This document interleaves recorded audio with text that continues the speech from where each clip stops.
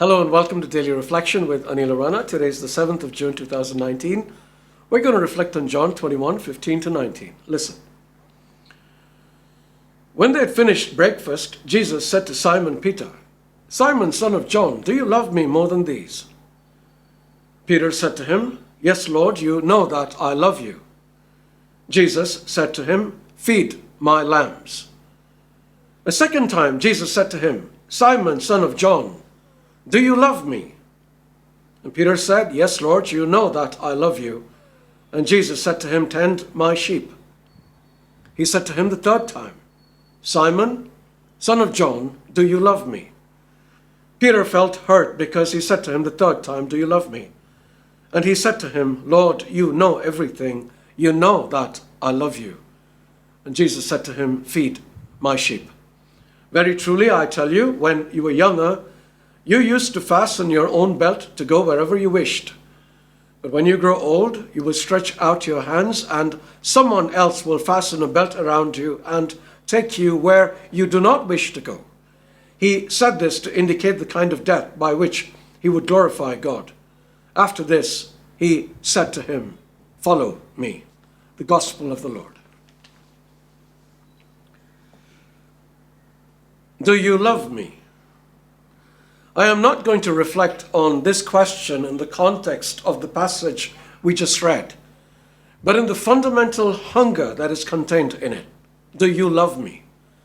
It is a question that is expressive of the deepest longing in every human being to be loved. It is also an expression of the inherent insecurity that is in many human beings seeking an assurance or a reassurance of that love. I've noticed that very often the replies are grudging despite the answer to the question being a yes. Why? Because the love might be exploited? Because it might put us in a position of vulnerability? Because it leaves us open to hurt? These might be valid concerns, but is the better option to really bottle the love in our hearts for all eternity? There is something that is not quite right about that, because it seems like such a waste of something so beautiful. And for the Christian, love should be something beautiful, something graciously given, because we have received it graciously from the greatest lover of all, Jesus himself. He loved us passionately, and I use the word with deliberation, and he told us to love passionately too, with all our heart, mind, soul, and strength. So let us be more generous. Gracious is a better word. Let us be more gracious in expressing our love towards others. It will help us to reduce our expression of other emotions like disappointment, anger, and hatred if we speak more of love. It will also help to reduce the pain in so many hearts. I meet so many people each day, and I know the brightness of the smiles are a feeble attempt to hide the pain in the heart. A little love would go a long way to healing that pain. And for those of you who caused the pain, please stop.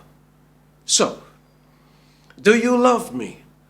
Today, don't wait for that person you love to ask you if you love her. Discouraged and disillusioned by past rejections, she may never ask again. Go and tell her, and I assure you that the happiness in her heart will be matched in your own. Do this especially in your homes with those God has given you for your own to love, and your words will fall like raindrops on scorched earth.